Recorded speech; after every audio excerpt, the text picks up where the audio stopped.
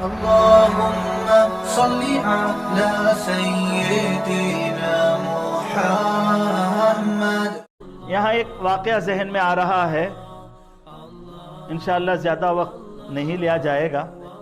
اورنگزیب عالمگیر رحمت اللہ علیہ، مورخین نے لکھا 12,000 احادیث سند کے ساتھ ان کو یاد تھی. بڑے علم والے تھے، علماء کے درمیان یہ رہتے تھے، ملک بھی چلاتے تھے. فتاوی عالمگیری، فتاوی ہندیہ کے نام سے بھی جانی جاتی ہے. یہ کتاب علماء سے انہوں نے مرتب کروائی اور سارے مسائل ان کی نظر سے گزرے. بڑے اونچے درجے کے عالم، فقیہ. لیکن سیاسی حالات ایسے نشیب و فراز میں آئے کہ انہوں نے اپنے والد شاہ جہاں کو قید کر دیا. سیاسی حالات تھے اس زمانے میں، کیا حالات تھے اللہ بہتر جانتے ہیں. ان کے دل میں یہ خیال آتا رہا کہ والد میرا ناراض ہے، والدین ناراض ہیں تو میری نمازیں، میری زکوٰۃ اور میری عبادت اور میری تلاوت، اس میں کیا مجھے اجر ملے گا؟ حدیث پاک میں ہے والد کی رضا میں اللہ کی رضا ہوتی ہے، والدین کی ناراضگی سے اللہ ناراض ہوتے ہیں. اب ان کے دل میں یہ خیال بار بار آتا رہا.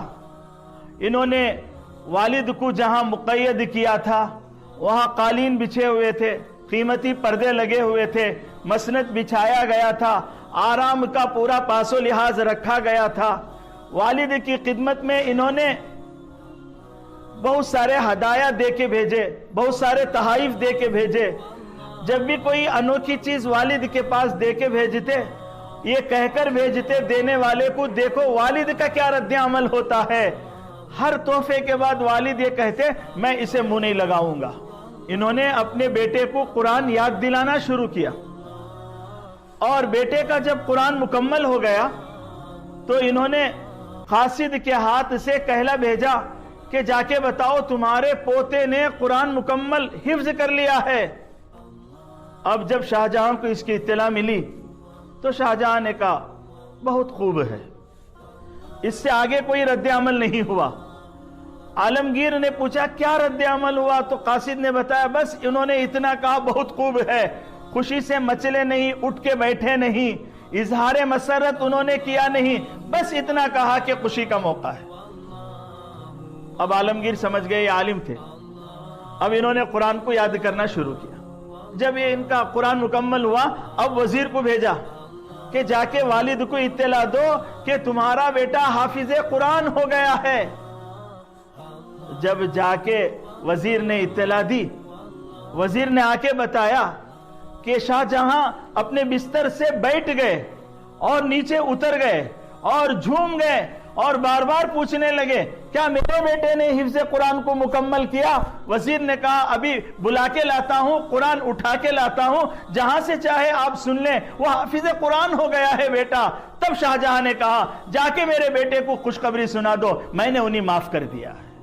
تو الغرض البس والدہ تاجن یوم القیامہ، قیامت کے دن تاج پہنایا جائے گا. ایک روایت میں ہے یکسا والدہ حلتین، 2 جوڑے پہنائے جائیں گے والدین کو، ایسے ہوں گے ساری دنیا اس کے سامنے ہیچ ہے. وہ اللہ سے کہیں گے یا ربی انا لنا ھذا، یہ ہمیں جوڑے کیوں پہنائے جا رہے ہیں؟ تو اللہ تبارک و تعالیٰ فرمائیں گے بتعلیم ولدکم القرآن، کہ تم نے اپنے بچوں کو جو قرآن کی تعلیم دی اس کا یہ صلہ تمہیں دیا جا رہا. تو یہ اللہ تبارک و تعالیٰ کی طرف سے یہ اعزاز اکرام ہے والدین کا، جنہوں نے اپنے بچوں کو قرآن پاک کی تعلیم دلائی اور قرآن پاک کو حفظ کروایا. اللہ تبارک و تعالیٰ کی طرف سے ان کو صلہ دیا جاتا ہے. لا الہ الا اللہ محمد رسول اللہ، لا الہ الا اللہ محمد رسول اللہ.